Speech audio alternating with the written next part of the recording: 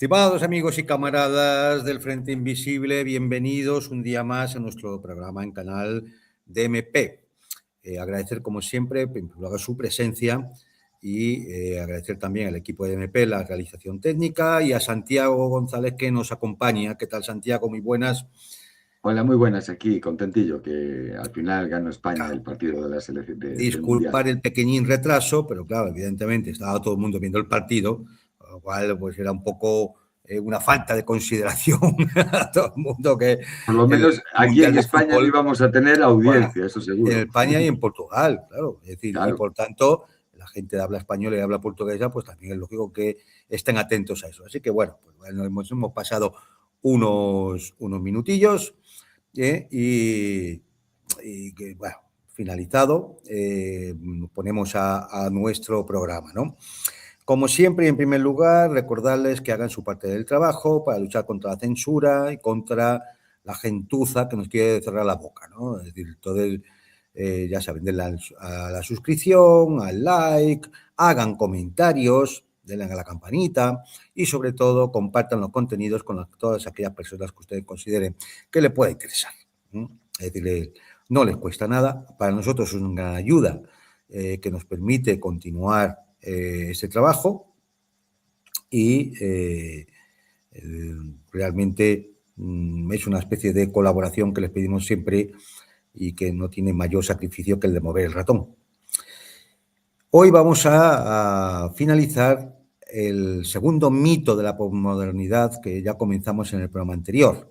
Ese mito de los extraterrestres y los ovnis como una especie de reencantamiento tecnológico que nos trae, al parecer, una promesa de salvación o al menos una especie de supervivencia gestionada por civilizaciones mucho más avanzadas que se presuponen que existen en el espacio exterior, ¿no? Repito la premisa con la que comencé el programa anterior. Como dice un conocido actor de una serie cómica española, respecto a si existen los extraterrestres y nos están visitando, ni confirmo ni desmiento. Es decir, ¿vale? Es decir, ¿por qué? Porque no hay razones objetivas, contrastables, para poder decir algo más al respecto, desde el punto de vista científico. Desde el a punto de lo vista mejor es científico. que somos un poco envidiosos, porque como siempre visitan a los estadounidenses, claro. Sí, sí, sí. Además, y aquí es donde se desclasifican más documentos y todas estas cosas, ¿no? Bien, en el programa anterior ya decíamos que todo este mito, el mito posmoderno, y que les recomiendo volver al programa para recordar un poco lo que hablábamos al respecto, este mito se ha ido construyendo sobre tres factores. El primero es que, hombre, la vida extraterrestre tiene que ser algo común en la inmensidad del cosmos. Es decir, sería presuntuoso por nuestra parte pensar que en un cosmos de billones, con B, de galaxias, con cientos de miles de millones de estrellas en cada galaxia, que tienen cientos de miles de millones de planetas, hombre, pensar que vamos a ser los únicos en el universo, pues hombre, es algo pretencioso, ¿no? Cuanto menos. ¿Mm? Y es Sin cierto, duda. ¿no? Es decir, en cierto sentido, pues todo nos lleva a pensar que, hombre, en esa inmensidad del cosmos, ¿cómo no se van a haber producido los procesos, sean de la naturaleza que sean, que han llevado a que aquí, en el planeta Tierra, en un brazo apartado de la galaxia Vía Láctea, pues seamos los únicos que hemos llegado a desarrollar una civilización tecnológica? Pero esto, recordemos, no es más que una suposición.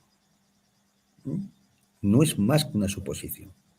Una Y eso es un estadística, se poco... puede decir, ¿no? Una ¿Eh? estadística. Digo que una estadística, Sí, sí, sí, pero es que además... aunque sea a nivel bacteriano o algo similar, ¿no? No, claro, no, no, a ver, es Posiblemente, ¿no? decir, si la aparición de la vida y el desarrollo evolutivo de esa vida hasta llegar a una civilización tecnológica, si es fruto del azar, pues entonces lo tenemos complicado, porque las cifras no salen fácilmente. Pero claro, si no es fruto del azar, ¿qué es? El fruto de una ley natural, de una ley física que no conocemos. Un diseño. Claro, si no es azar, ¿qué es? A esto no hay respuesta. Al menos no hay una respuesta que podamos decir definitiva y perfectamente contrastada y que los científicos la tengan clara. El segundo factor es cómo la ciencia ficción y el cine han ayudado a construir el mito, ¿no? El mito de que si como pensamos en esta lección postmoderna el progreso es algo indefinido, entonces llegará un momento en que los humanos podremos realizar viajes interestelares. Por tanto, hay que presuponer que otras civilizaciones, incluso bastante más antiguas que la nuestra, y por tanto se presupone que más avanzadas que la nuestra, también pueden venir aquí. Y así nos lo ha enseñado la ciencia ficción y pues, las películas de Hollywood, cualquiera que ustedes deseen visualizar. Y por último, tenemos el fenómeno de los ovnis, los visitantes. Es decir, que esos seres de otras civilizaciones interestelares estarían visitándonos, estarían llegando a la Tierra y a veces los detectamos con avistamientos de objetos voladores no identificados y otros fenómenos todavía más complejos, que hemos denominado desde hace décadas ovnis. Ahora todos los papanatas que discurren por los iVoox, los YouTubes y demás, los llaman WAP, porque así ha decidido la administración norteamericana que se llame. Y como aquí, cuando el tonto sigue la linde y la linde se acaba, el tonto sigue, pues entonces han decidido llamarle también WAP. Vamos, los ovnis o platillos volantes de toda la vida. El papanatas de turno, pues que le llame WAP o Fanny o como quiera llamarle. Bien, pues estos son los tres factores. Este último factor viene además en estos momentos y por eso hemos decidido sacar este mito, porque vimos un proceso de desclasificación de documentos, de películas de alto taquillaje que van a hablar del tema de esto, enfocados todo a una especie de gran revelación que se va a producir en cualquier momento en el que nos van a decir los alienígenas existen y vienen aquí, ¿no? Y entonces esto, bueno, pues de alguna forma sirve para construir una especie de mito en la posmodernidad, donde el foco se va a trasladar de las realidades objetivas y materiales del momento históricamente determinado a algo que, bueno, pues como decíamos en el programa anterior, reúne todas las condiciones de los mitos tradicionales, solo que ahora con un horizonte nihilista, puramente materialista, una promesa de salvación en la tierra, etcétera, etcétera, ¿no? Es decir, bueno, pues estos son los tres factores. Yo hoy quería, en el tiempo que tenemos, repasar estos tres factores para comprobar que no es tan sencillo. Es decir, que todo el mundo está partiendo de la hipótesis de, bueno, hombre, en algún sitio más en el cosmos inmenso habrá civilizaciones extraterrestres, ¿no? Civilización, es decir, habrá aparecido la vida, se habrá evolucionado y habrá llegado a conformar algún tipo de civilización tecnológica. Bien, esto no es, como decía al principio, no es más que una hipótesis.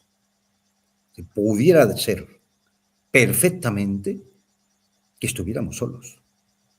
También, por probabilidades, incluso los que dicen que los supuestos extraterrestres son gente del futuro que viaja en el tiempo y es capaz de venir sí, aquí. eso es una de las hipótesis que... Una de las Pero las hipótesis que luego probabilidades tampoco son mucho mayores, la verdad. Claro, entonces, bueno, pues vamos a empezar por el primer factor. La vida extraterrestre debe ser algo común, la inmensidad del universo, y además ha tenido que tiempo más que de sobra para evolucionar y construir, desarrollar una civilización tecnológica que perfectamente puede comunicar con nosotros e incluso visitarnos. Este es el primer factor, ¿vale? Y es que, claro, uno mira y dice, bueno, la inmensidad del universo, claro, solamente en nuestra galaxia existen 200.000 millones de estrellas, ¿no?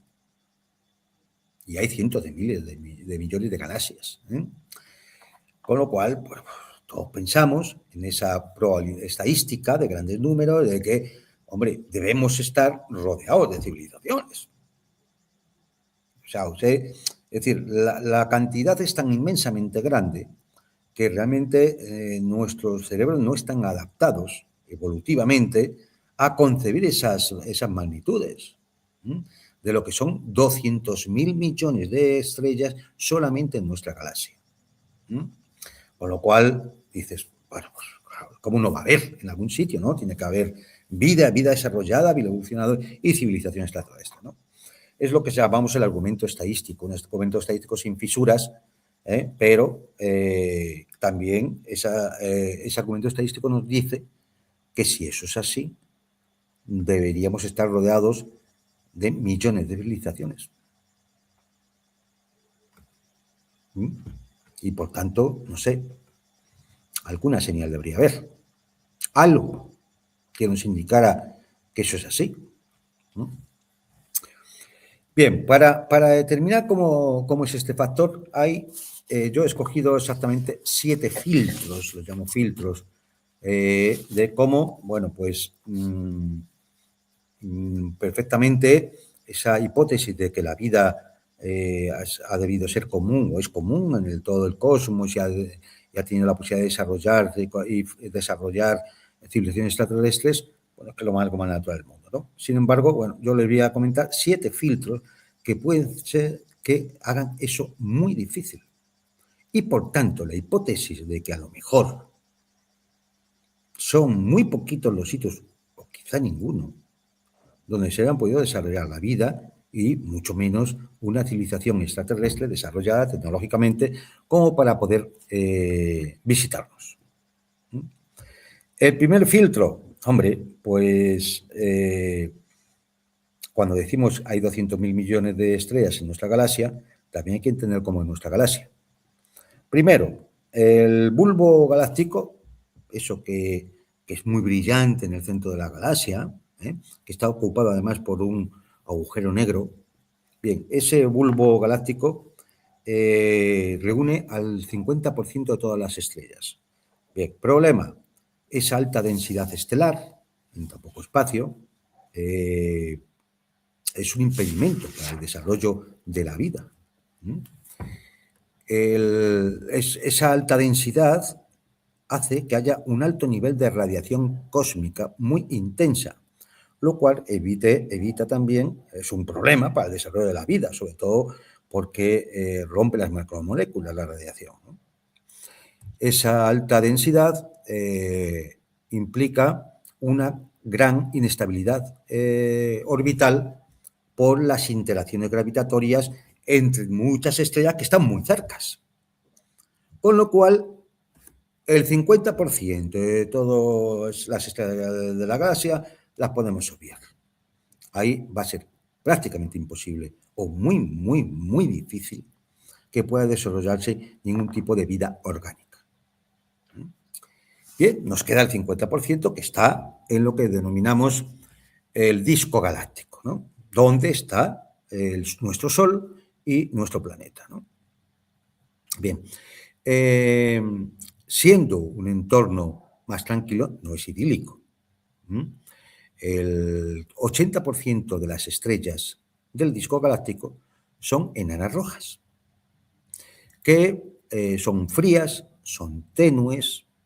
Los planetas deben orbitar muy cerca para tener temperaturas habitables, pero si orbitan muy cerca, están expuestos a violentas erupciones estelares y a una alta probabilidad de rotación síncrona. ¿Qué es esto?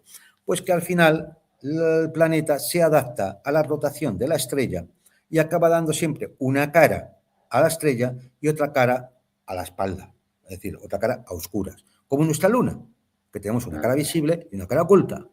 Bien, pues eso hace que la cara que da a la estrella, además al estar muy cerca, tenga unas temperaturas imposibles que permitan el desarrollo de entidades biológicas. y la parte que está por detrás tiene unas temperaturas tan bajas que igualmente resultan un problema casi infranqueable para el desarrollo de, como luego veremos, de vida, de entidades biológicas, ¿no?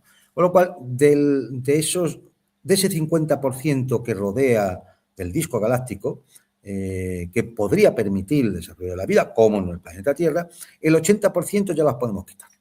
Son enanas rojas que no nos van a servir. Tampoco nos van a servir las estrellas gigantes, que tienen vidas muy cortas y además son explosivas.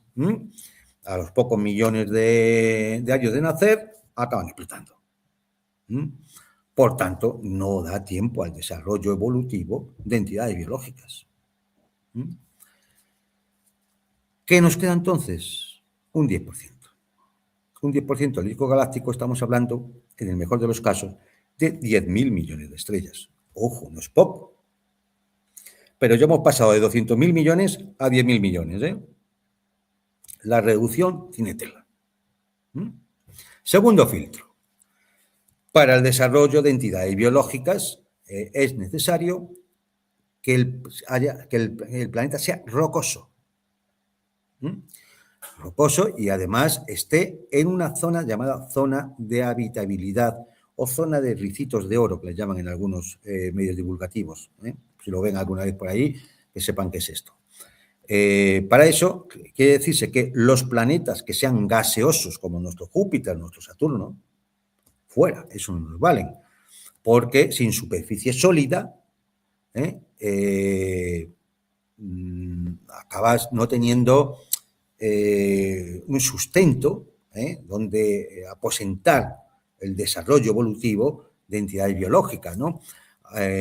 Son atmósferas de gas cada vez más denso, que se convierten en líquido comprimido, pero un líquido infernal, ¿no? Incompatible con cualquier forma de vida conocida. La zona habitable, que es una zona donde la temperatura permita la existencia de vida. No la existencia de vida, la que permita la existencia de agua líquida. Este es el punto crítico. Es decir, ¿por qué? Porque el agua líquida es central, es una necesidad química. Alguien podría decir, hombre, ¿y si la vida alienígena utilizó otro tipo de líquido? No sé, el metano líquido, nitrógeno líquido, cualquier cosa de esta. Bueno, al menos con los conocimientos actuales, la ciencia ficción es otra cosa, con los conocimientos actuales podemos decir que es una necesidad química. Un organismo complejo necesita un medio que le permita una gran variedad de sustancias disueltas para que reaccionen entre sí y puedan dar lugar a macromoléculas que lleven a desarrollar una entidad biológica. Si no hay agua líquida, claro, si no hay agua líquida tenemos un problema. ¿Por qué? Porque el agua líquida es un disolvente excepcional por su polaridad, capaz de disolver infinidad de compuestos. Es una de las sustancias más abundantes del universo y además proporciona el entorno ideal para el desarrollo de una bioquímica compleja, como son los compuestos bioquímicos que encontramos en los tejidos vivos. Entonces, que alguien me diga qué otro líquido reúne estas propiedades. Sencillo. Si alguien piensa que la vida tecnológica desarrollada ha podido surgir en un mar de nitrógeno líquido, lo diga. Estaré encantado de leerlo y de ver los argumentos, ¿no? Claro, ¿esto qué ocurre? Pues que con esta, en esa zona de ricitos de oro que decía, esa zona de habitabilidad, pues las cifras se vuelven a reducir y quedan entre 2 y 5.000 millones de planetas en ese disco de la Vía Láctea que puedan tener un planeta rocoso con agua líquida. Ojo, es que estar en la zona habitable no garantiza que haya agua siempre. Por ejemplo, la Luna. O Marte. Claro, es decir, ¿por qué? Porque cuando hay ausencia de una atmósfera densa que ejerza presión sobre la superficie, entonces, sin esa presión atmosférica, el agua líquida se acaba evaporando inmediatamente y es arrastrado al espacio por el viento solar. Es decir, se pierde la atmósfera, como ya ocurrió en Marte. Luego, entonces, ¿qué tenemos? Pues que tiene que ser un planeta rocoso en la zona de habitabilidad en el cual se permita el agua líquida, es decir, tiene que haber agua y que esa agua esté en estado líquido. ¿Vale? Esto nos vuelve a reducir la cifra, como he dicho, ya estamos hablando entre 2 y 5.000 millones. ¿Ve? Tercer filtro, llevamos 2 filtros de 7, ¿eh? Tercer filtro. Bueno, pues que para que esa atmósfera se mantenga y para que se pueda desarrollar procesos evolutivos que concluyan en una entidad biológica, la existencia de una atmósfera por sí mismo no basta. Hace falta un campo magnético. ¿Para qué? Para que la proteja el viento solar, porque si no se lleva la atmósfera fuera. Y claro, si lo lleva fuera se pierde la densidad atmosférica, se pierde la presión superficial, baja la presión, el agua se evapora y adiós muy buena. Caso de Marte. Por lo tanto, un mundo habitable necesitaría simultáneamente agua líquida, atmósfera densa y campo magnético. ¿Vale? Cuarto filtro.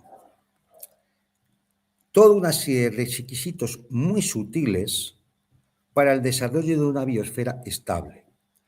Estos factores adicionales todavía están en debate científico porque es muy difícil ponderar su importancia cuantitativa a la hora del desarrollo biológico aquí en el planeta Tierra. Pero todos los científicos entienden que efectivamente han tenido algo que ver y son limitantes. Por ejemplo, la actividad tectónica. Un planeta debe tener actividad tectónica porque eso permite los ciclos biogeoquímicos. Por ejemplo, el ciclo de carbono, que es fundamental para la vida. La existencia de un satélite de gran tamaño. La Tierra tiene suerte. Tiene un satélite de gran tamaño. Bueno, pues eso permite, uno, la estabilización del eje de rotación terrestre y la protección frente a impactos de asteroides externos. Esto no es tontería, porque esos impactos se pueden producir y aquí se produjeron. Y cuando la vida evolucionó hasta el punto del desarrollo de unos animales grandes que dominaban la superficie terrestre y los mares y el aire, como eran los dinosaurios, fueron exterminados por un meteorito, por un asteroide. Luego, ojo, esos sucesos se pueden producir. Tienes que tener alguna protección entre ellos. Y precisamente la Luna es uno de los factores por su movimiento gravitatorio, es decir, y los efectos que conlleva, es un factor de protección. De hecho, miren ustedes la cantidad de cráteres lunares que existen, no son todos, ¿no? Pero hay muchos que son por impactos de asteroides y meteoritos del exterior. También es exigible una rotación rápida. ¿Por qué? Para evitar las diferencias climáticas extremas entre el día y la noche. Porque si es muy lenta va a haber muchas horas de día y muchas horas de noche. Por lo tanto, aumentos terribles de temperatura y disminuciones terribles de temperatura. También es necesario la ausencia de gigantes gaseosos cercanos, por ejemplo, Júpiter o Saturno. Si estuvieran muy cerca de la Tierra, la inmensa gravedad que tienen estos planetas podría expulsarnos de la zona habitable por atracción gravitatoria. El hecho de que los tengamos lejos es un factor que ha ayudado al desarrollo biológico en la Tierra. Pero seguramente muchos sistemas solares, a lo largo de esos 2.000 millones de planetas que están en el disco galáctico, no han tenido esa suerte.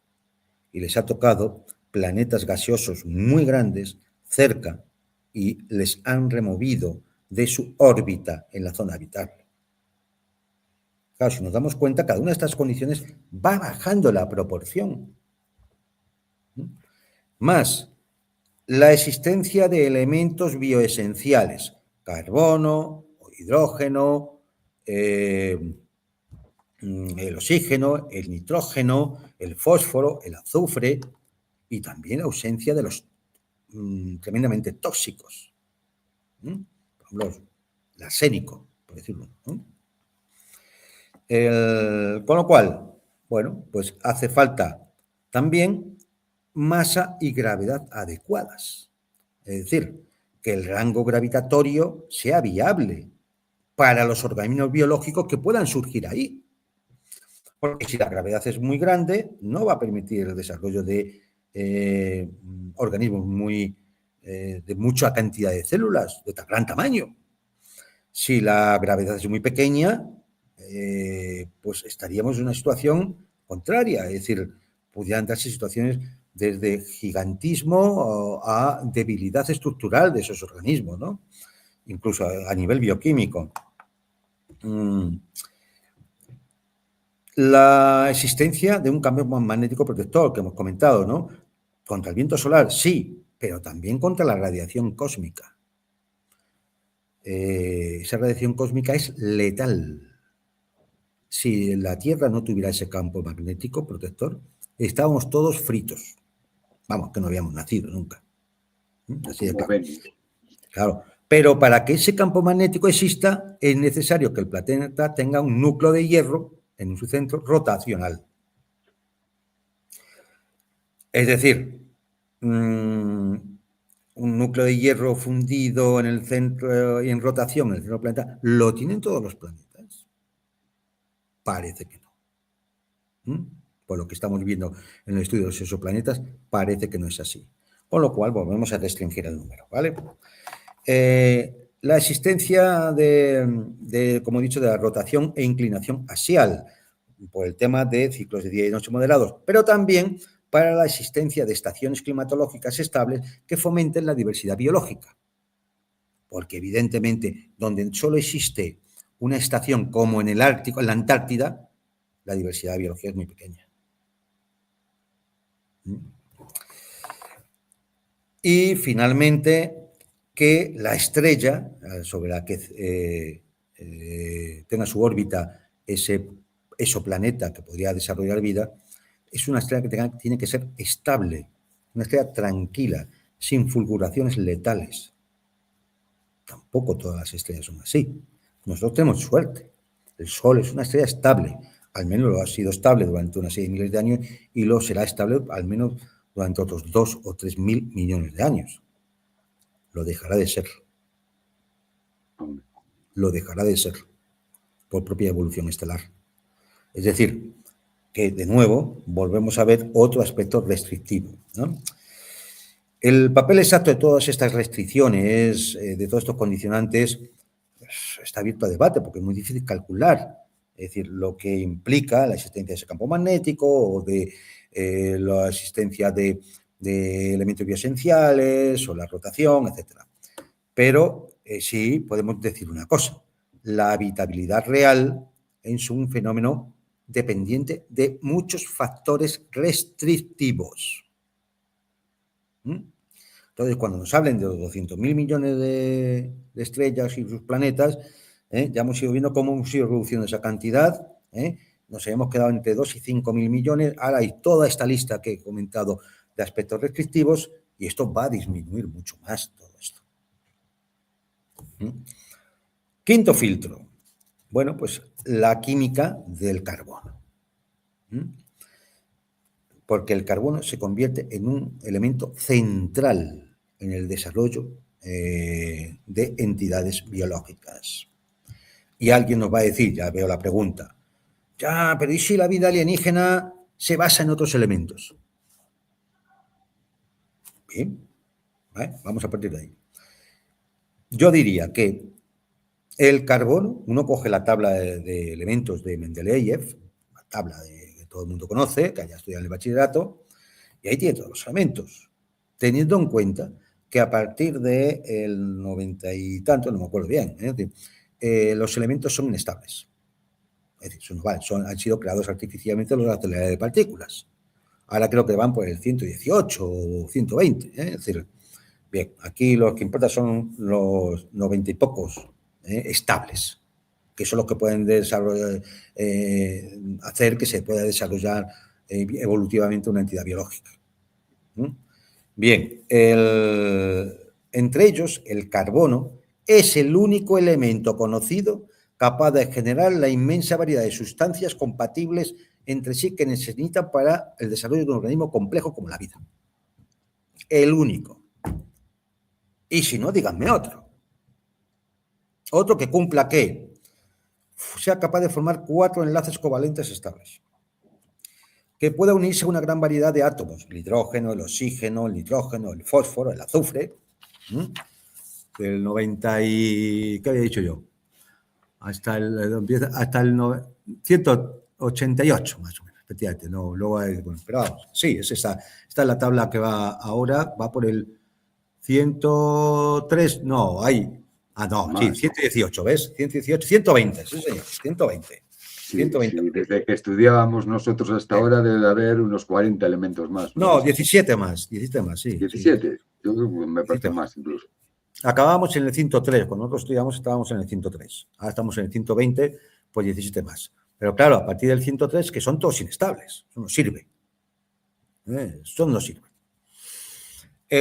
Bueno, como decía, el carbono permite 4 enlaces covalentes, permite cadenas lineales ramificadas y anillos, eso que llamamos compuestos orgánicos. Recuerden ustedes, por ejemplo, aquellos que han estudiado algo de química, la fórmula del benceno, por ejemplo. Son anillos. Eso lo puede hacer el carbono. Díganme otro elemento estable aquí de esta tabla que haga lo mismo. Y además posibilita millones de moléculas con propiedades químicas muy diversas, la diversidad química que permite el carbono. Sobre los elementos conocidos de la tabla periódica, no veo alternativa posible. Pero vamos, si alguien cree que alguno de esos elementos estables permite el desarrollo de entidad biológica como lo hace el carbono, estoy encantadísimo de escucharle, porque igual hasta le dan un premio Nobel, ¿eh? O sea, es decir, puede ser un trabajo importantísimo, ¿no? Claro, aquí lo que tenemos es una incertidumbre sobre qué fracción real de planetas reúnen todo esto. Es decir, agua líquida, atmósfera, campo magnético, compuestos orgánicos y todos estos factores sutiles que hemos hablado antes. La incógnita es colosal, ¿no? Podría ser que solo lo tuviera uno de cada 1000 planetas o uno de cada millón de planetas. No lo sabemos, pero la cifra puede ser muy, muy baja. Si teníamos entre 2 y 5.000 millones y eso es uno cada millón, pues ya nos hemos quedado entre 2 y 5.000. Entre 2 y 5.000. Es especulativo, pero lo que se entiende es la dificultad que existe, ¿no? Sexto filtro, el abismo que existe entre la química orgánica y la primera célula. Es decir, lo que toda la vida hemos llamado la aparición de la vida. Bueno, pues este problema, la biogénesis, para este problema, es decir, aquí tenemos lo de siempre. No basta con que el planeta sea idóneo, se requiere una serie de condiciones químicas muy precisas para que los compuestos inertes puedan combinarse y permitan la aparición de una entidad biológica. La cadena de causalidades o de casualidades que se tienen que dar pasa por 3 pasos. Primero, que esos compuestos orgánicos puedan ensamblarse en moléculas complejas capaces de hacer copias de sí mismas, es decir, que sean moléculas autorreplicantes. Segundo, que esas moléculas se puedan proteger del entorno, pues por ejemplo, con bolas de proteínas o con cápsulas de lípidos, que es lo que parece que ocurrió en el planeta Tierra. Esto está en estudio y hay desarrollos importantes, papers científicos muy serios. Es decir, se tienen que proteger del entorno. Y tercero, que de ahí, de esas bolitas de lípido que dentro de ellas existen esos compuestos orgánicos, de alguna forma que no conocemos todavía, aparezcan las primeras protocélulas, que serían la antesala de organismos vivos, de eso que llamamos vivo. Estos pasos es puro azar. Si es puro azar, con todo lo que hemos dicho antes, entonces la hipótesis de que podamos estar solos no es ninguna tontería. ¿No? Yo quiero imaginar que no, pero todo es una pura especulación o un deseo, nada más. Que no les engañen, con la estadística y las cifras y lo grande que es el cosmos. Eso será un deseo, una bonita especulación, bueno, pues un reflejo de lo que es la ciencia ficción, además, puede ser el mito postmoderno, pero esto no tiene ningún basamento científico real que podamos contrastar. Claro, si estamos hablando del azar, porque si estamos hablando de que esto ocurre sistemáticamente en toda una serie de planetas, ¿qué pasa? Que hay una ley que lleva a ello, una ley física fundamental, como la ley de la gravedad o la constante estructura fina o cualquier cosa de estas. Entonces estaríamos hablando de otra cosa. Estaríamos hablando de qué, de una necesidad de algún tipo. ¿Por qué la evolución tiene que llevar necesariamente a civilizaciones tecnológicas? ¿Dónde está escrito eso? ¿En qué ley? ¿O es que hay un diseño? Claro, es decir, yo lo dejo, comprendo, no estoy simplemente haciendo las preguntas para que ustedes lo piensen, la complejidad del tema, ¿no? La complejidad de un tema sobre el cual se ha levantado un mito. Séptimo filtro y último, de la bacteria a la inteligencia comunicativa tecnológica. Como digo, nadie ha podido demostrar que la evolución tenga un propósito ni una dirección hacia la inteligencia. ¿O sí? Porque si la evolución tiene un propósito, es que existe una ley que lleva a eso. Pero nadie nos habla de esa ley, no sabemos si existe o no existe. Puede que no exista. ¿Y entonces? ¿Por qué la evolución en otros planetas tiene que llevar necesariamente a una civilización tecnológica? Puede ser que no. Pero perfectamente, vamos. Hay que entender que la civilización humana, la inteligencia humana, perdón, surgió en un contexto ecológico y evolutivo muy determinado. Si no hubieran desaparecido los dinosaurios por aquel meteorito, por aquel asteroide, ¿estaríamos aquí ahora? ¿Se hubiera producido el desarrollo de esa inteligencia y, por lo tanto, de una civilización tecnológica?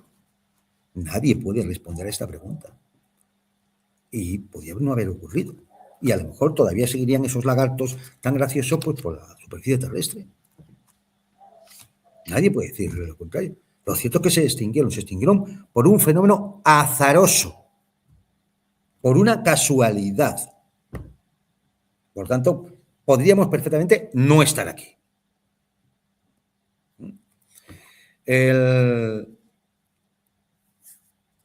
Además, el desarrollo de la inteligencia ya está demostrado, en muchos estudios científicos, exige una serie de rasgos anatómicos y demás. Por ejemplo, la capacidad de manipular objetos, la posición bípeda, para poder hacer uso de esa inteligencia, el pulgar oponible, es decir, el lenguaje, un lenguaje más complejo que el que tienen especies animales, que lo tienen.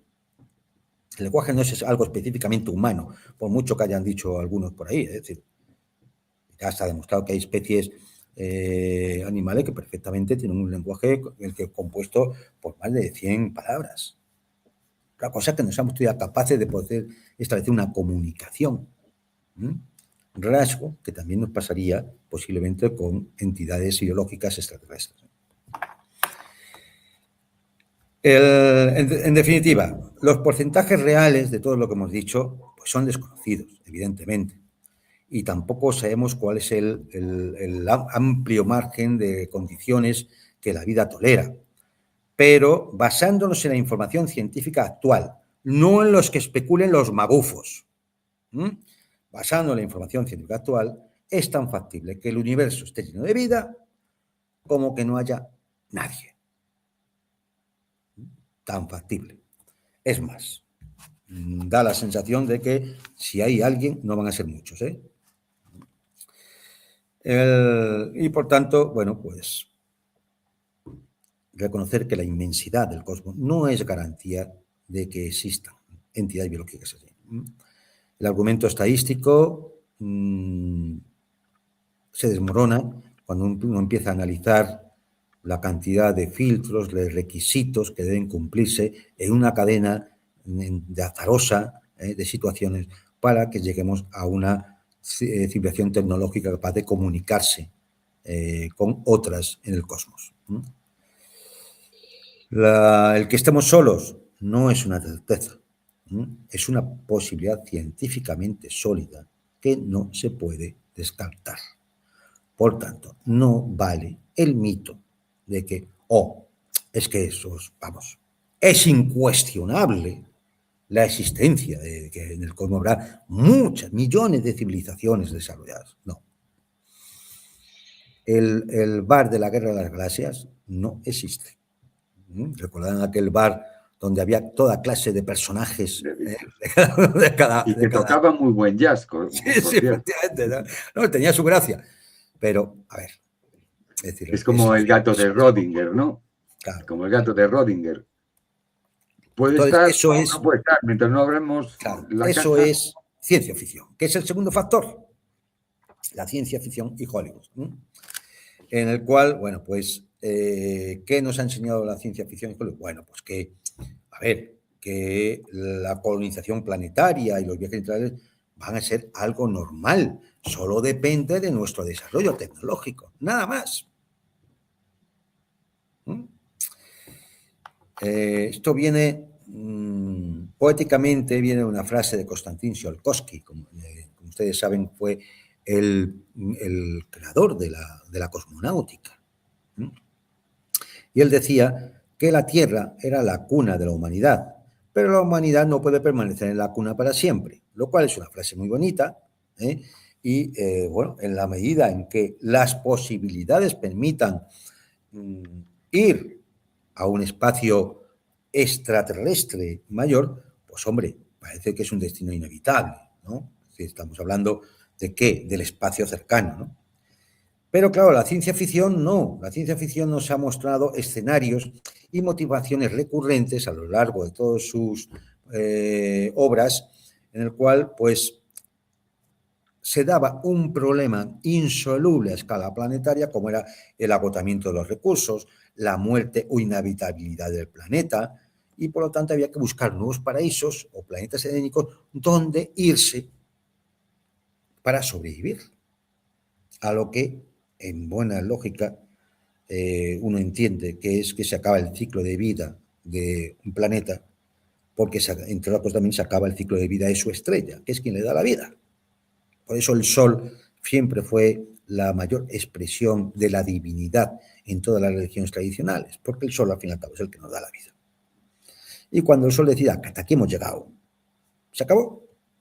Y ya vale que haya un Elon Musk de dentro de 2.000 millones de años que le va a dar lo mismo. El planeta se acaba. El Sol se agota y el planeta se acaba. Entonces, en base a eso, que es una verdad, tan verdad como que todos nos vamos a morir un día, pues la ciencia ficción ha intentado buscar esa inmortalidad cósmica, que es el salir a los viajes interestelares y buscar nuevos mundos, ¿no? Pero claro, eso ha sido una mala interpretación muy vulgar de lo que es la ciencia ficción. La ciencia ficción tiene dos objetivos. Una es la escenografía espacial como una lente de aumento para analizar los problemas humanos. Por ejemplo, si hay que abandonar el planeta porque se hace ya imposible vivir en él, será porque nos lo hemos cargado, ¿no?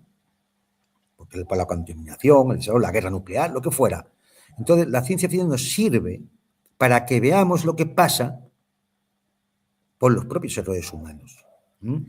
La ciencia ficción habla de nuestras pasiones, miedos, poder y esperanzas, no de la tecnología.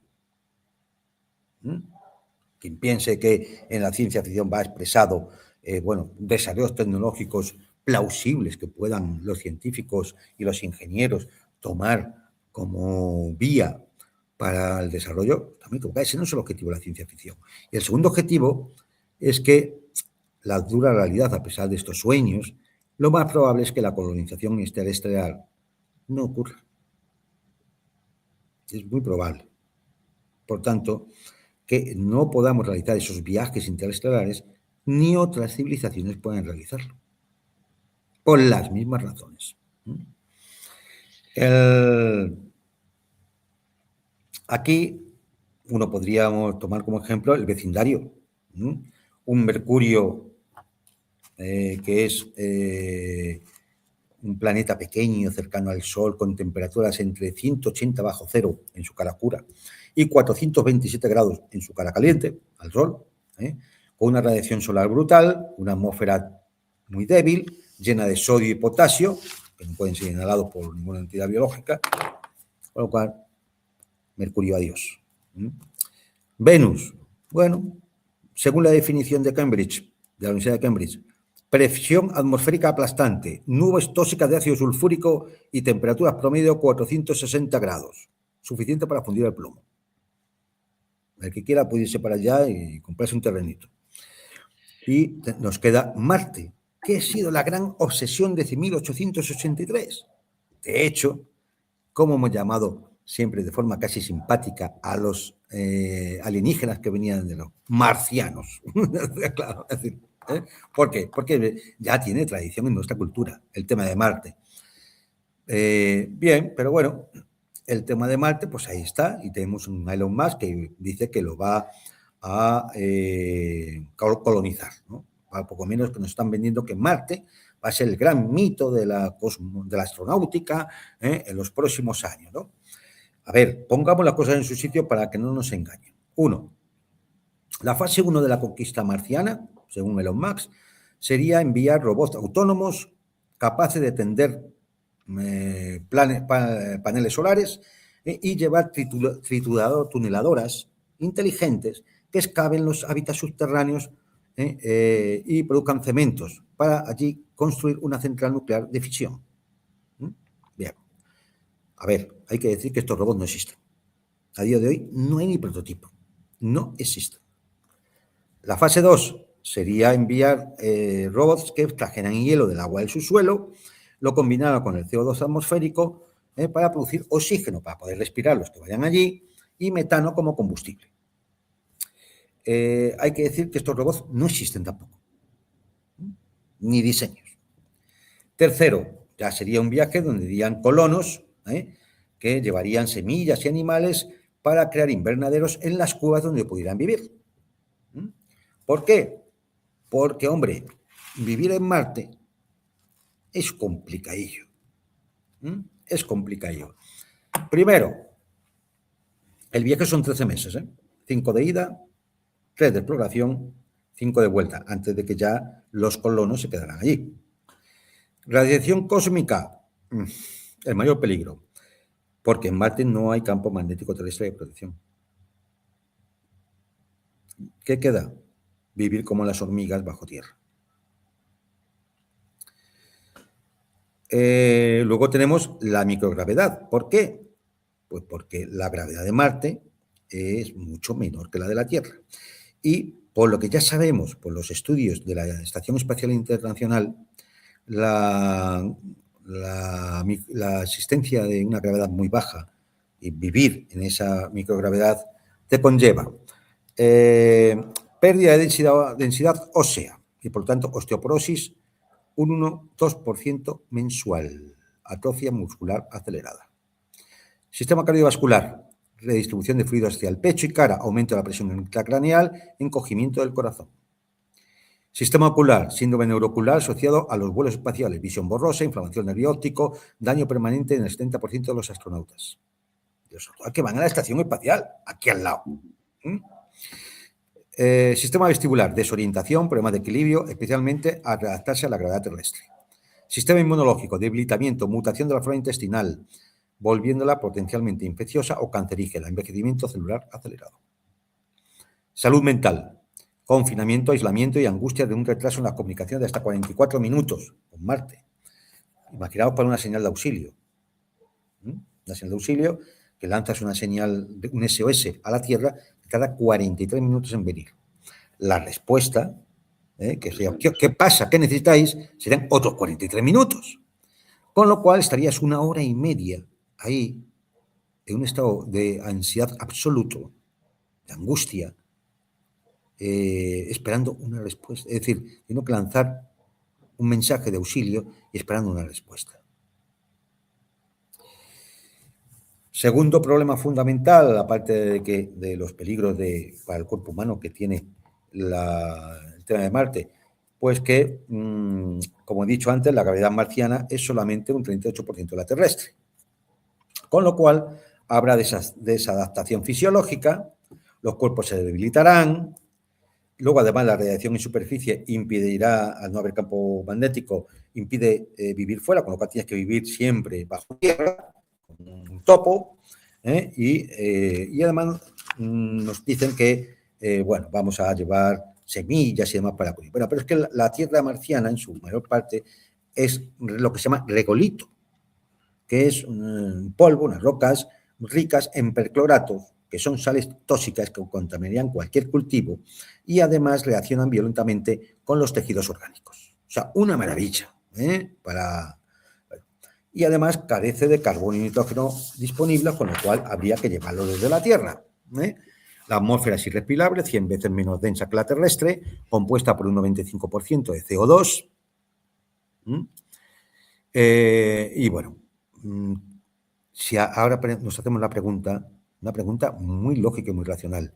Para crear una comuna agrícola en unas cuevas en Marte, ¿cuánto dinero nos vamos a gastar?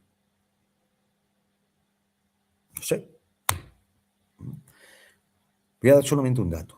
El coste de 1 kilogramo del rover Perseverance, este cochecito que hemos mandado a Marte, por kilo, $1 millón. Empiecen a hacer cuentas de lo que costaría la comuna agrícola de hippies estos que vamos a mandar ahí. Empiecen a hacer cuentas. $1 millón por kilo. Bien. Solo para la comida, ¿no? Claro. Solamente para la de comida, de agua. Claro, es una barbaridad. Herramientas. ¿Cuánto pesan las tuneladoras que tienen que hacer los túneles esos? ¿Cuánto pesa? Y el combustible para todo ello. La energía. En fin, no, es que muchas veces da la sensación de que esto todo ha sido una gigantesca treta para que Elon Musk venda las acciones de SpaceX a gran precio, antes de que todo esto se pegue un guarrazo y dejen de valer lo que valen. Pero bueno, eso es una opinión muy particular mía, ¿no? Bien, pues imaginar que esto es Marte. Ahora vamos a hablar de viajes interestelares. Viajes interestelares tripulados, claro. Para mandar una sonda, eso ya lo podemos hacer ahora. Bien, con la tecnología actual, vamos a ser serios, voy a empezar por aquí para que quitan los rollos. Son impracticables. Absolutamente impracticables. Y además son impracticables no porque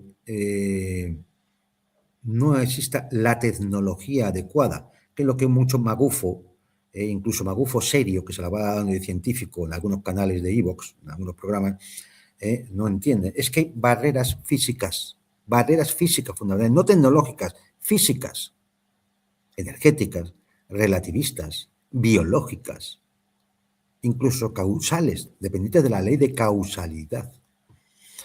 Y estas barreras físicas convierten prácticamente en un imposible, no en un desafío tecnológico, en un imposible superable. Es decir, y la humanidad debe asumir pues estos límites. Lamentablemente, pues porque la naturaleza es así, porque el universo es así, y ya está. Por ejemplo, voy a dar algunos datos, unos minutillos antes de meternos ya con los ovnis y dar por finalizado esto, ¿no? La nave más rápida y que, bueno, no, ha sido siempre la más rápida, creo que se han hecho algunas de las sondas que se han enviado posteriormente tienen mayor velocidad, pero tenemos a Voyager 1. La Voyager 1 lleva ya 47 años de viaje a 60.000 kilómetros hora. ¿Saben cuánto tardaría a esa velocidad en llegar a la estrella más cercana, Próxima Centauri? 73.000 años. Es que ni salió de ese y en llegar a la galaxia más cercana, Andrómeda, nada, 1.800 millones de años. Una frulería, un ratillo. Para cuando una nave a esa velocidad de 60.000 kilómetros por hora llegara a Andrómeda, posiblemente el Sol ya habrá evaporado los océanos terrestres y la Tierra será un desierto calcinado, porque el Sol habrá llegado a la última etapa de su vida. ¿Alguien me puede decir cuál es el sentido de ese viaje?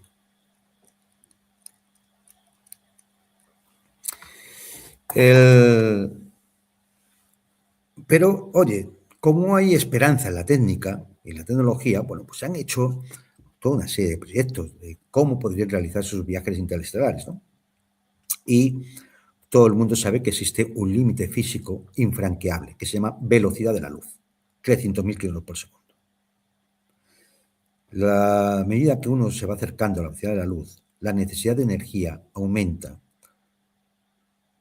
primero exponencialmente, luego asintóticamente. Es decir, hay un momento en que ya es imposible para que una masa de una nave espacial, tal como lo entendemos en la ciencia ficción, pudiera alcanzar la velocidad de la luz, necesitas energía infinita. Es decir, no puede llegar. No existe energía infinita en el universo. Es una barrera física, una barrera de la naturaleza. No es un problema tecnológico. Para los progres del progreso indefinido, esto pues sí, será un problema tecnológico. No, no es un problema tecnológico, es una barrera física. Aún así, hay alguna propuesta de cómo esto podría, de alguna manera, evitarse, ¿no? Pero, bueno, los estudios realizados de posibles proyectos que se puedan llevar a cabo nos dicen que llegar a un 10, 20% máximo de la velocidad de la luz se podría conseguir. Estaríamos hablando de que entre 30 y 60.000 kilómetros por segundo. Ya es, ¿no? Bien, vamos a suponerlo, que llegamos así. Bueno, puede decir, ojo, hombre, ya no vamos a tardar 73.000 años en llegar a la Próxima Centauri, pero unas cuantas decenas de años, a pesar de ir al 10 o al 20% de la velocidad de la luz. Es decir, 40 y tantos años en llegar a la Próxima Centauri y 40 y tantos años de volver.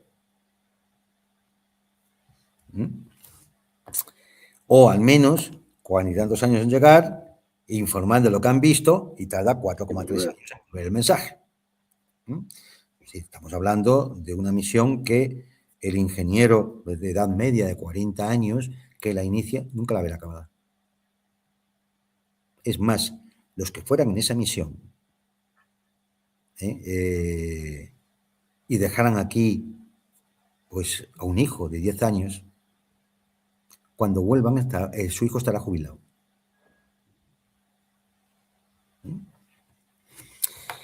Pero bueno, vamos a darlo por bueno, ¿no? Es decir, al 20% de la velocidad de la luz, bueno, entonces solo nos tomaría 12,5 millones de años llegar a Andrómeda. Pero, claro, una nave tripulada no es una sonda, como la Voyager.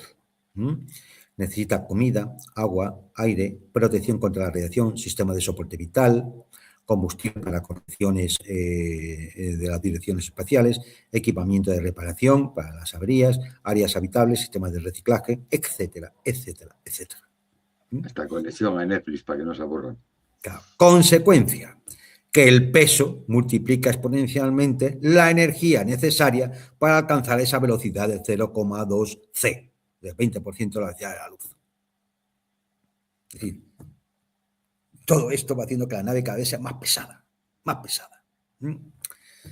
Y esto, claro, nos genera unas cifras realmente desalentadoras. Por ejemplo, voy a dar un dato, no quiero enredarme mucho con estas cosas que son más técnica quizá lo habitual y un poco aburrida. Los números para llegar a la estrella de Barnard, que está a 6 años luz, se hicieron por un proyecto de los años 70, proyecto Daedalus. Este proyecto, que era una misión robótica, no llevaban tripulantes. Bueno, pues se requerían un reactor de fusión nuclear que no existe, con 54.000 toneladas de helio 3 para que funcionara y llegara hasta la estrella de Barnard. Simplemente uno, a ver, es que se pone a hacer números y dice, mira, que le den a la estrella de Barnard, la miran por un telescopio y así, queda bonita, ya está. Es decir, vamos, porque es que como si no hubiera hambre en el mundo, ¿no? Las cosas. Luego, además, hay otros problemas, ¿no? Venga, nos montamos en la nave y salimos. Tener en cuenta que todo esto que estamos diciendo para nuestros viajes interestelares son los mismos que tiene una entidad extraterrestre que quisiera venir aquí. Pues venga, nos subimos a la nave y resulta que cuando ya estamos, venga, camino de Próxima Centauri, nos damos cuenta de que en el espacio no hay GPS. Claro. Y la brújula tampoco va. Porque la brújula va en el planeta Tierra porque marca el norte, magnético. En el espacio no. Y aquí tenemos que los científicos ya han comprobado cómo, al no haber GPS intergaláctico, ni satélites de referencia, ni señales para correcciones en tiempo real, los errores de milésima de grado de trayectoria inicial que tienen todos los aparatos harán que el objetivo, no, es decir, la nave se desvíe del objetivo posiblemente por muchos años luz. Luego está la deriva gravitatoria acumulativa. Claro, el espacio intergaláctico no está vacío. Hay materia oscura, campos gravitacionales, y en viajes tan largos, de miles y miles, de cientos de miles de años, estas pequeñas influencias se van acumulando y desvían la trayectoria de forma impredecible. Y como no tienes GPS, pues no sé cómo te vas a orientar, quizá con un catalejo por la ventana de la nave. Y luego está el tiempo y la propia expansión del universo. Porque Andrómeda, cuando llegara nuestra nave allí, ya no estará allí. Se habrá movido. Y además, el propio espacio-tiempo se ha expandido. Bueno, la barrera, hemos dicho ya, la distancia, hemos dicho ya el redireccionamiento, lo que es la navegación, y la energía, la barrera energética.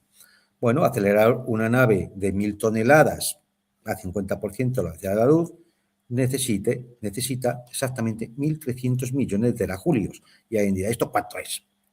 Pues es más energía que toda la electricidad generada por la humanidad en toda su historia. Pero además necesitas la misma energía para frenar. Tú sales de aquí, despegas, vas por el espacio, pero claro, cuando llegues a destino tienes que frenar. ¿Y cómo vas a frenar? Pues con los cohetes también. No, o sea, porque te quieras estrellar en el planeta vacío no hay resistencia. Claro. Con lo cual, bueno, pues como decía antes, a velocidades bajas la energía pues va aumentando, como todo el mundo sabe, por la velocidad al cuadrado, ¿no? Aquella fórmula que nos decían que la energía cinética era un medio de la masa por la velocidad al cuadrado, ¿no? Que estudiábamos en el bachillerato, ¿no? Pero a medida que la velocidad va acercándose a c, por ejemplo, 0,20% de la velocidad de la luz, ya esa energía se vuelve exponencial. Ya no es la velocidad al cuadrado, ya será la velocidad a un exponente no determinado, que sea alto. Luego a superexponencial y finalmente asintótica, es decir, tirará hacia el infinito. Para llegar a la velocidad de la luz, olvidarse, ¿no? Que ni lo voy a comentar, ¿no? Alguien podría decir, la antimateria, hombre, la antimateria efectivamente nos da más energía, ¿no? Es verdad, 1 gramo de masa la antimateria en energía, son 90 petajulios. Para conseguir ese gramo, el acelerador de partículas del CERN tendría que estar funcionando durante 100 millones de años y produciría 1 gramo. Para un viaje interestelar grande se necesitarían miles, decenas de miles, cientos de miles, quizás millones de toneladas de antimateria. Luego diré por qué.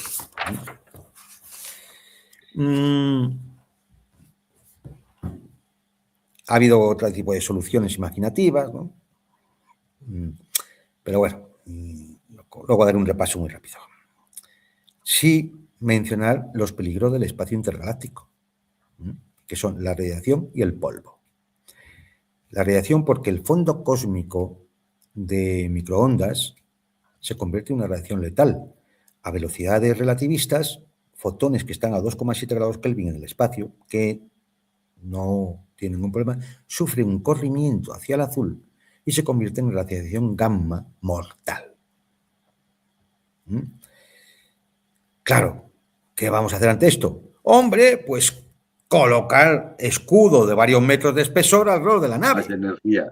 Con lo cual, como tiene masa, más energía para lanzar la nave, más combustible y, lógicamente, donde esté ese combustible hay que poner también más escudos protectores, ¿no?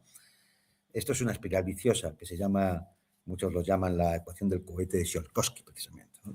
Es decir, al final las cifras te van, se te van. Luego tenemos también la barrera de la comunicación, porque claro, cuando se envían señales a 90% a velocidad de luz, por ejemplo, vamos a enviar un mensaje, oye, estamos bien, esas señales en la cercanía no pasa nada, en la lejanía tiene un corrimiento al rojo extremo y con lo cual la intensidad con la que llegarían a Tierra sería prácticamente indetectable. Es decir, la comunicación padecería lo que se denomina efecto Doppler relativista. Y además, por la distancia, tendríamos el colapso de la conversación bidireccional. Por ejemplo, la tripulación envía el mensaje, todo bien, primer año completado, ¿vale? Para cuando el mensaje llega a la Tierra, oye, cuando van a hacerlo como van al 20% a veces de la luz, bueno, pues igual ya ha pasado mucho más tiempo, ¿no? Igual ya los hijos se han hecho mayores, por aquello de la relatividad del tiempo, de la elasticidad que tiene el tiempo a velocidad relativista, ¿no? La respuesta de la Tierra tardaría también décadas, a lo mejor años o décadas, en llegar a la nave. Con el tiempo, estos espacios intercomunicacionales serían cada vez más espaciados y desincronizados. Y claro, ¿qué sentido puede tener una comunicación a unas preguntas que se realizaron hacía meses o años y que la respuesta te va a llevar meses o años o décadas? ¿Qué comunicación es esa? Claro, ¿qué les vas a decir? Oye, necesitamos antibióticos para que nos manden una sonda. Cuando vuelva la respuesta de eso, vamos, quien necesita el antibiótico está ya frito. No tiene sentido.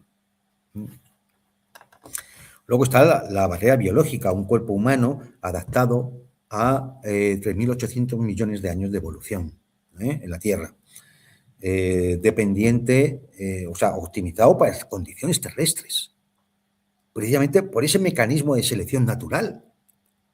Está adaptado para esto, no para cualquier cosa que nos podamos imaginar en el cosmos. Está adaptado para esto.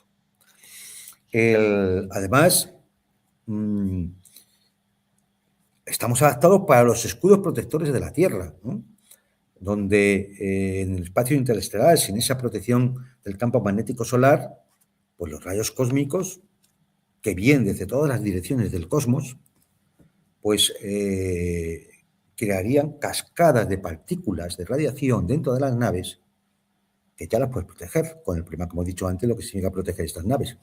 Pero es que además, ojo, para aquellas partículas no cargadas, los campos magnéticos no sirven.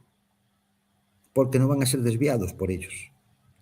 Y así tendremos corrientes de neutrones, de rayos gamma y otras formas de radiación, incluso partículas de polvo cósmico, que irían a una velocidad tremenda y producirían unos agujeros terribles en la nave. Para esto no hay solución. Y eso que nos pasa a nosotros le pasaría a cualquier otra entidad biológica. Oh, pero igual lo tienen solucionado. A lo mejor. No lo sé, a lo mejor. Pero de momento lo que sí sabemos es lo que nos pasaría a nosotros. Lo que hayan solucionado los marcianos, esto no lo sabe nadie. Es una pura especulación. Y no hay el más mínimo indicio para sostener que sea algo distinto a lo que nos pasaría a un organismo biológico como los humanos. Y finalmente tendríamos la barrera psicológica. Oye, imagínense ustedes, bueno, lo de la hibernación, lo obvio por sus dificultades ya demostradas, ¿no? Pero imagínense, bueno, pues que primero, para hacer viaje de centenares de años, tú tienes que mandar una tripulación mínima, viable genéticamente, porque va a tener que tener hijos, formar a esos hijos en tripulantes de la nave para que sigan el ciclo, que a su vez tendrán que tener hijos que serán en el futuro nuevos tripulantes de la nave hasta que esa nave llegue a destino. Se tarden 500, 100, 1000, 2000 años. Serían naves intergeneracionales. Pero claro, para que efectivamente genéticamente eso sea viable, necesitas una población sana durante miles de años y de varios miles de individuos. Si no, se producirían todos los fenómenos que conocemos de endogamia. Si la población fuera menor, esos mínimos exigibles, depresión endogámica, acumulación de mutaciones, posiblemente se pondría en peligro toda la misión. Tenemos una prueba. Se hicieron los experimentos en Biosfera 2, en Estados Unidos, para 8 personas durante 2 años. Bueno, un fracaso. Un fracaso absoluto. Solo se pudo aguantar 2 años. El problema psicológico del confinamiento multigeneracional es que los humanos evolucionamos como nómadas en espacios abiertos y estamos adaptados para ello. No para vivir como topos en Marte o encerrados en la cabina de una nave. Y esto se ha comprobado en estudios en submarinos, en estaciones árticas, en prisiones de alta seguridad, en confinamiento prolongado. Bueno, se ha demostrado que el confinamiento prolongado deteriora y degrada la salud mental, incluso la gente más estable. Niños que nacen, viven y mueren sin ver un horizonte real, sin sentir la lluvia, sin caminar en tierra sólida, siempre viviendo una nave en la que han nacido y en la que van a morir. ¿Alguien piensa que no hay probabilidad de colapso social ahí? A ver, rebelión, violencia. Las probabilidades son extremadamente altas. Pero es que además, sin llegar a ese punto, Santiago, simplemente la falta de motivación. Después de varias generaciones, la población que nace va a seguir manteniendo la motivación para continuar una misión de sus bisabuelos y toda la vida ahí, en donde van a morir, para que a lo mejor sus bisnietos sean los que lleguen a destino. A un destino incierto, encima. Claro. Yo creo que, es decir, es bastante impensable. ¿No? Es decir, no es solamente una cuestión de tecnológica, ¿no? Es decir, hay toda una serie de factores que la ciencia ficción obvia, porque su objetivo no es tecnológico, es como decíamos antes, era actuar como una lente sobre los problemas de los humanos. Finalmente alguien me dirá, porque yo sé que esto saldrá, hombre, pero se ha hablado de velas solares. Velas solares, es verdad que podrían llegar a un 0,10 de la velocidad de la luz, Eso sí, la vela solar tendría que hacerla con unos materiales que pesaran gramos, con la extensión de un país como España o Francia, que además habría que empujar mediante unos láseres de 100 gigavatios, no quiero decir lo que eso significa de coste energético, pero además que el haz que mantenga la vela no se desvíe, porque si se desvíe la vela se va al carajo, la has perdido y ya no hay posibilidad de mantener la emisión. Esto es absurdo. Solo serviría, en el mejor de los casos, para sondas minúsculas, pequeñitas sondas que permitieran que con una vela con un tamaño aceptable, pues se la pudiera lanzar a una velocidad aceptable y a lo mejor en unos años llegará a Próxima Centauri o alguna otra estrella cercana. Porque hay que mantener hay que mantener el láser enchufado a la vela, porque si no la vela se mueve por la presión de la luz del láser. También está el tema, hombre, pero ahora cuando llegue la fusión nuclear, tema resuelto. Bueno, esto es lo que hablábamos del proyecto Daedalus, ¿no? Se trata de provocar una serie de explosiones nucleares que su onda expansiva empujen a la nave a una gran velocidad, ¿no? Los cálculos daban en el proyecto de la luz que se podía intentar alcanzar el 12% de la velocidad de la luz, que oye, que está bien, solo hay un pequeño problema. No hay ningún reactor nuclear de fusión. ¿Se podrá conseguir? Puede que se consiga, pero hasta que se consiga, se desarrolle, se vea cómo se puede realizar y demás, y se pueda comprimir a un tamaño adecuado para meterlo en una nave, pues creo que queda. Pero es que además la nave tiene que estar preparada para llevar miles de toneladas de deuterio o helio 3 para hacer funcionar ese reactor de fusión nuclear, cuando aparezca, ¿no? El motor de antimateria, que os decía antes, ¿no? Es decir, bueno, pues que la antimateria convierte un 100% la masa en energía y por lo tanto un gramo de antimateria, pero claro, es que fabricar un gramo de antimateria ya no se exige la energía total mundial durante unos meses. Que pasó para un puñetero gramo. Pero es que además se requeriría unos campos magnéticos ultrapotentes en un vacío perfecto dentro de la nave, porque cualquier partícula de materia que se cruce con la antimateria, la explosión que pega se va a la nave al quinto pimiento, por no decir otra cosa. Es decir, esto es absolutamente imposible, al menos a escala actual. Y finalmente, la cosa más que ha aparecido, lo digo porque ha aparecido en algún documental respecto a las desclasificaciones OVNI que está realizando la administración norteamericana, pues he visto algún documental donde algunos de los confidentes que han empezado a sacar información de esta, ellos ya saben cómo se trasladan estas naves espaciales de los marcianos, ¿no? Estos platillos volantes. Y no podía ser menos. Yo ya lo esperaba, que es el sistema, el motor WAR de Star Trek, que no es más que el motor de Alcubierre, o la métrica de Alcubierre, que desarrolló en 1994 un científico mexicano, y, oye, muy interesante. Es decir, no es una tontería, esto es decir, es una apuesta real, es decir, un trabajo científico bien hecho. Ahora bien, es decir, bueno, ¿en qué consiste esto, el motor de Alcubierre, ¿no? La métrica de Alcubierre? Pues se trata en que si yo, en vez de lanzar la nave, que sé que tengo un límite de 300.000 kilómetros por segundo, que es la velocidad de la luz, lo que hago es comprimir, contraer el espacio-tiempo que tengo frente a la nave y expandir el espacio-tiempo que tengo detrás de la nave, se me crea una especie de burbuja en el espacio-tiempo, que sí puede ir a más de 300.000 kilómetros por segundo, y ya está, lanzado. Problema, que según la propia métrica de Alcubierre, y ahí están sus trabajos, sus papers accesibles a todo el mundo que lo quiera echar un vistazo, requiere materia exótica con energía negativa, cosa que nadie ha visto.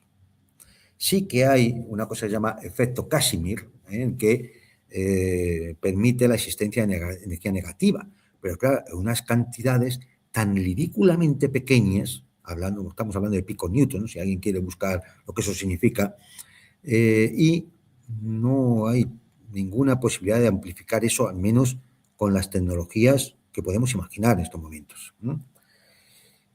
Y luego está el problema de la energía. Para conseguir esa contracción y expansión del espacio-tiempo, los cálculos iniciales de Alcubierre nos dicen que necesitamos la energía de un planeta de la masa de Júpiter.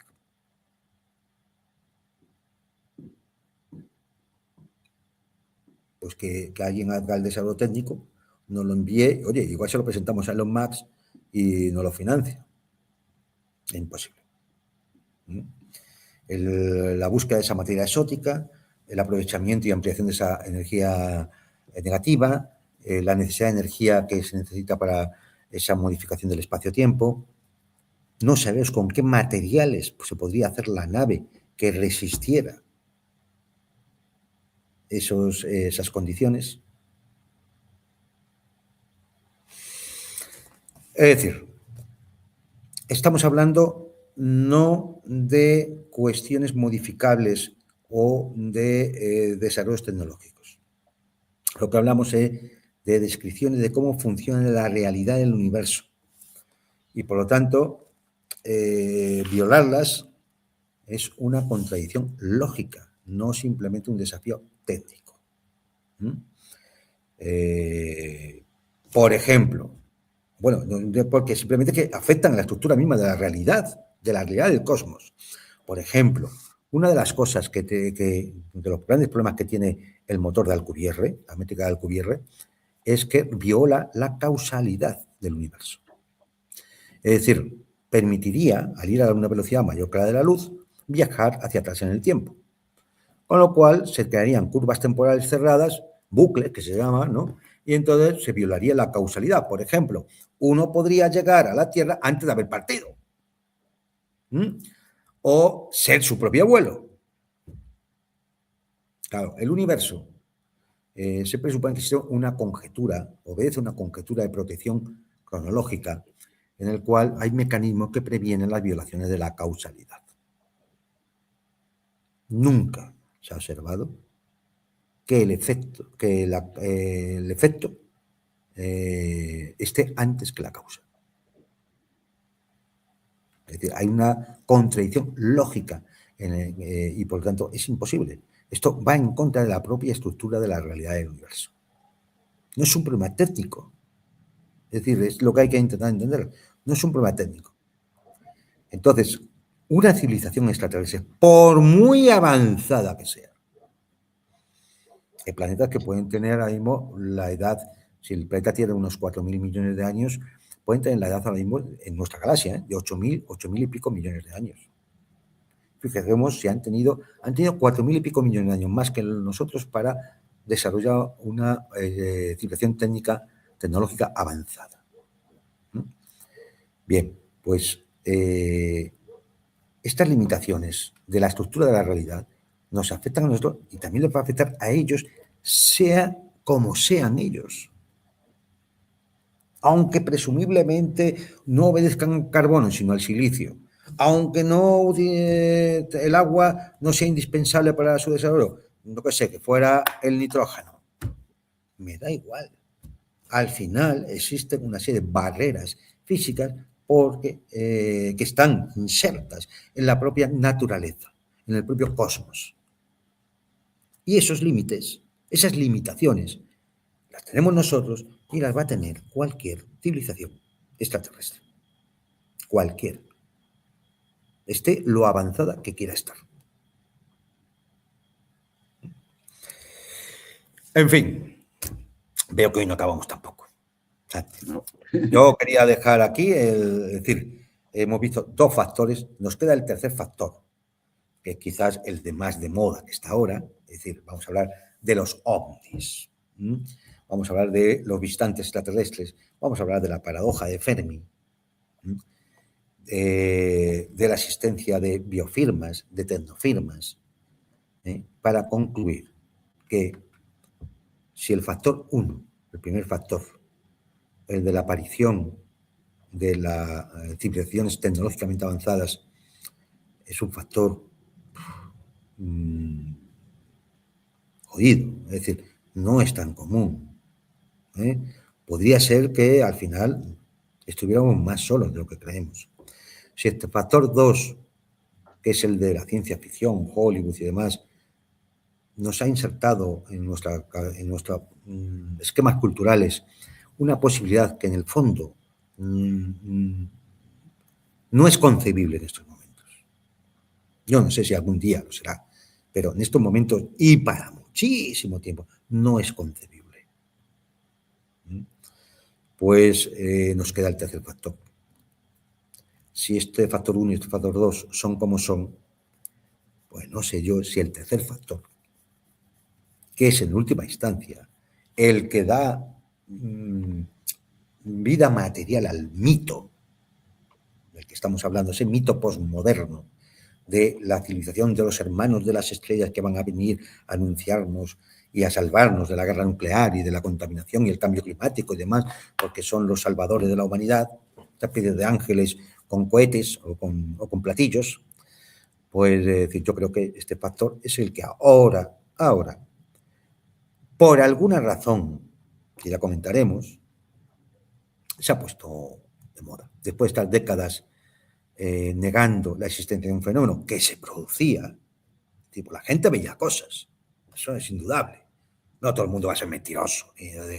Ha habido mentirosos y falsarios, y ha habido fraudes, pero no todo el mundo va a ser así. Y hay pruebas además indirectas y materiales. Es decir, la gente veía cosas, el fenómeno existía, y lo han estado negando durante décadas. Y ahora no sabemos por qué razón.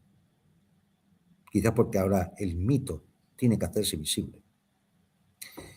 Ahora, los que lo negaban, los mismos que lo negaban, son los que están poniéndote encima de la mesa los documentos, los papeles, los informes, para decirte, sí, están aquí. Y en cualquier momento se va a producir la revelación, el día de la revelación.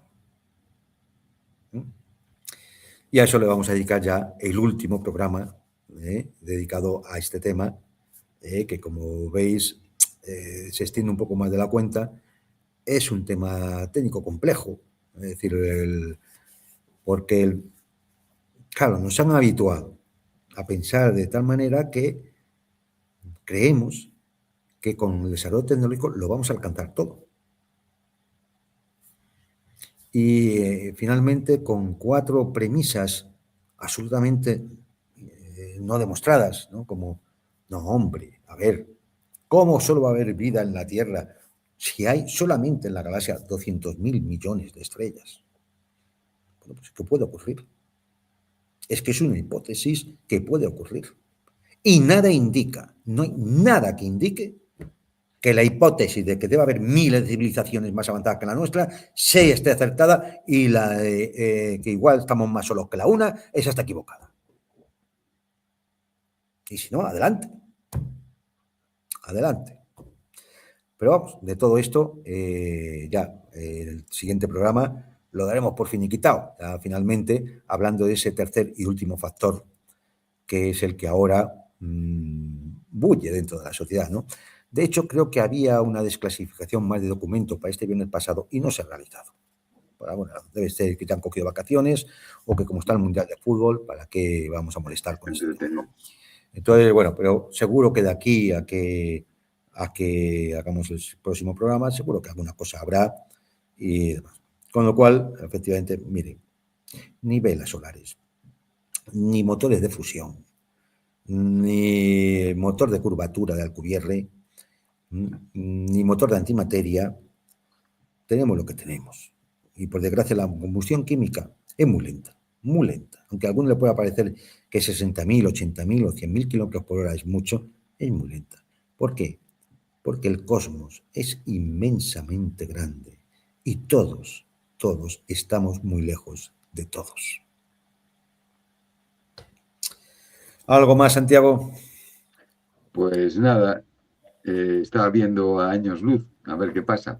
No sé, estoy esperando para mi programa, en mi canal de mañana, estoy esperando la contestación, a ver si puede acompañarme un señor que es historiador, sería fantástico. Se llama Félix Rodrigo Mora. Y bueno, pues tiene muchos libros, por ejemplo, uno que es Crisis y Utopía en el siglo XXI. Interesante, me gustaría saber sus ideas. No es seguro que sea mañana, a ver si no es mañana será el siguiente o el próximo martes. Y bueno, por la noche, mañana a las 10 de la noche, a las 9 de la noche, hora de España, como siempre, Fernando Moragón. Que será bastante más divertido que yo, se los aseguro. Bueno, para ciertos espectadores más creíble, porque todos los hechos, porque lo que tú dices son hechos y lo otro son esperanzas, ¿no? Especulaciones, así. Claro. A ver, a mí Pura me especulación. encantaría, yo como espectador, Claro. que es lo que hago contigo hoy, es ser espectador, pues a mí me encantaría viajar en el espacio Claro. y que hubiera vida extraterrestre, No, etcétera, fíjate, etcétera. el Claro. crucero galáctico en el que iba Darth Vader en la primera de las películas de la galaxia. Pues que aquello era una maravilla, ¿no? Hola, un huevo, ¿Quién, claro. claro, ¿quién no Pero, le a ver, gustaría viajar en eso? yo soy bastante pragmático y con lo que conocemos de la ciencia hoy en día, pues lo que se sabe es lo que has dicho tú y el resto es especulación o deseos de futuro. Claro, no, hombre, y no solo eso, aparte de la especulación en cuanto a los aspectos tecnológicos, también, fíjate, el factor económico. Saber lo que significa eso. Mira, me hace mucha gracia porque cuando SpaceX o cuando estos hablan de terraformación en Marte, la terraformación, sabes que es iniciar una serie de procesos de ingeniería para conseguir que Marte sea habitable, pues creando una atmósfera, es decir, haciendo que de alguna forma se creen, con esa atmósfera se puedan crear algunos campos magnéticos de protección, es decir, hacerlo habitable. Claro, uno, hombre, pues se hace la pregunta, oye, si somos capaces de hacer terraformación en Marte, porque ¿no no somos arreglamos capaces de esto. hacer lo mismo aquí en la Tierra? Claro. Y, decir, y sortear ese mito del cambio climático que nos va a llevar al cataclismo. Oye, pues antes que nos lleve al cataclismo vamos a terraformar, vamos a modificar lo que sea necesario con esa ingeniería en la Tierra y ya está. Ah, no, parece que si en Marte se puede hacer, pero aquí no. Y aquí estas son las cosas que te dicen, estas cosas no cuadran, ¿no? Y luego el coste económico. Es decir, el coste económico que llevarían todas estas empresas es tan descomunal. Simplemente el precio de la energía, ¿no? Es decir, es tan descomunal que, hombre, a cualquiera de nuestros espectadores seguro que se le ocurre alguna partida mucho más necesaria, acuciante, en la que dedicar esa inmensísima cantidad de dinero que en a lo mejor mandar una nave a Próxima Centauri para que dentro de 40 y tantos años nos mande un mensaje que nos llegaría 4 años y pico después diciendo aquí no hay nada.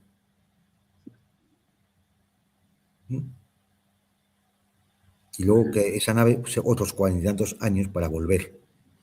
Seguramente alguno de la nave, que fuera el capitán, que a lo mejor tiene 50 y tantos años, porque es un coronel y le han puesto al mando, igual ese ya no llega. Ese ya es mariscal, por lo Claro, menos, claro. cuando llegue. No, es que no llega. Es que, es decir, si se te va a tardar 80 y tantos años, pues y tiene 50, pues que claro, 140 y tantos años no va a vivir. Ese ya no llega. Se va a hacer un viaje de ida, pero no de vuelta. Entonces, Otra cosa que yo veo muy curiosa, ¿no? Es de que los extraterrestres vienen a la Tierra. Y yo pregunto, ¿para qué? Y lo normal que se diga es para robarnos los recursos. Vamos a ver, los recursos que hay en la Tierra sobran por el espacio. ¿Qué quieres? Diamantes. Hay planetas deshabitados que hay diamantes. Hay helio, bolas de hielo flotando por el espacio. agua líquida, efectivamente, Por eso, hielo. todos los tipos de elementos que tenemos en la Tierra están flotando por el espacio y no hay que pegarse con nadie ni ir a matar a nadie para quitárselo. Vas allí y los coges. Entonces, yo no encuentro la razón de venir aquí, comerse como ratones a los humanos para después llevarse el oro.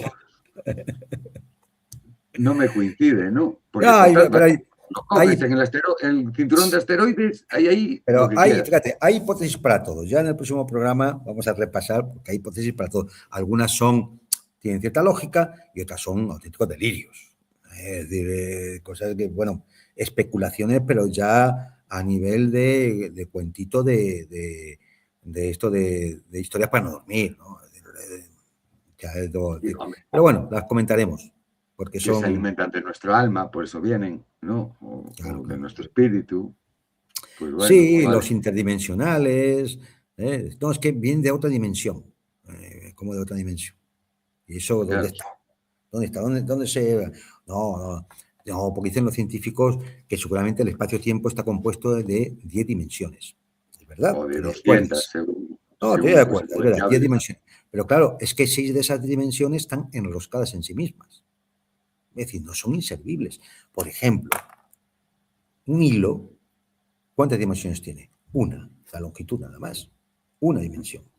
Sin embargo, si aumentamos con una lupa el hilo, ¿qué vemos? Un cilindro de una hormiguita que va por el hilo, dice, no, puede girar alrededor del hilo si quiere. Es decir, puede darse la vuelta, además. Es decir, hay dos dimensiones. Lo que pasa es que una está enroscada y no la vemos. Vale, ¿y eso aprovechable en qué es? Para un ser que se tiene que mover en un espacio cuatridimensional como el nuestro. No sé, es decir, de alguna forma, ¿cómo podemos aprovechar esas dimensiones enroscadas en el espacio-tiempo? A nivel cuántico. No sé, es decir, bueno, uno puede especular, ¿no? Es decir, está bien, para eso está la ciencia ficción, pero siendo realistas, claro, no tenemos fundamento para poder decir ninguna de estas cosas. Lo de los interdimensionales, bueno, en fin, de esto es lo que te hablaremos en el próximo programa, finalmente. Así que nada, aguanten un poco, espero que hayan aguantado todo el chorreo técnico de este segundo programa. Yo creo que es necesario para intentar entender por qué lo que estamos viendo puede que sea un mito posmoderno, con una intencionalidad que tiene muy poco que ver con los extraterrestres, con los viajes espaciales y con el desarrollo de la vida, de civilizaciones, en otra clase, tiene muy poquito que ver. Esto es todo mucho más mundano. Entonces, para eso, bueno, pues, y para que los magufos de turno no les engañen a ustedes, ni les vendan mercancía averiado, los Avi Loeb de la Universidad de Harvard y gente así, pues hombre, conviene recordar cuestiones que son muy sencillas. Es decir, bueno, sencillas, son técnicas o científicas, pero que al menos que hayan oído hablar de ellas para que tengan una pequeñita barrera y decir, bueno, a ver, sí, yo ya he oído, alguien me contó algo en un podcast sobre el motor de Alcubierre. A ver, voy a ver cómo va eso, y así, pues, un poco, pues, evitamos algunas de las cosas que están pasando y de las barbaridades y tonterías que se dicen. Yo en el próximo programa dejaremos en el vídeo un enlace a un documental con subtítulo en español que han hecho precisamente en Estados Unidos sobre los impulsores de esta desclasificación. Es muy interesante de verlo. Una vez que los que hayan presenciado estos programas, es muy interesante saberlo para darnos cuenta de que realmente es un mito. Es un absoluto mito. Es un relato posmoderno muy poco fundamentado en la realidad y que evidentemente tiene que servir a un objetivo que no tiene nada que ver con los viajes estelares o la ingeniería inversa sobre naves espaciales, sobre platillos volantes estrellados. Seguramente todo será mucho más mundano, bastante más mundano. Así que nada, pues... Santi, hasta el próximo lunes, que daremos ya punto y final al mito de los extraterrestres. Ojo, que todavía nos quedan 3 mitos posmodernos, ya nos queda mucho verano en el hemisferio norte, en el hemisferio sur es otra cosa. Venga, pues nada, un saludo a todos y desearles que pasen ustedes unos buenos días. Encantados.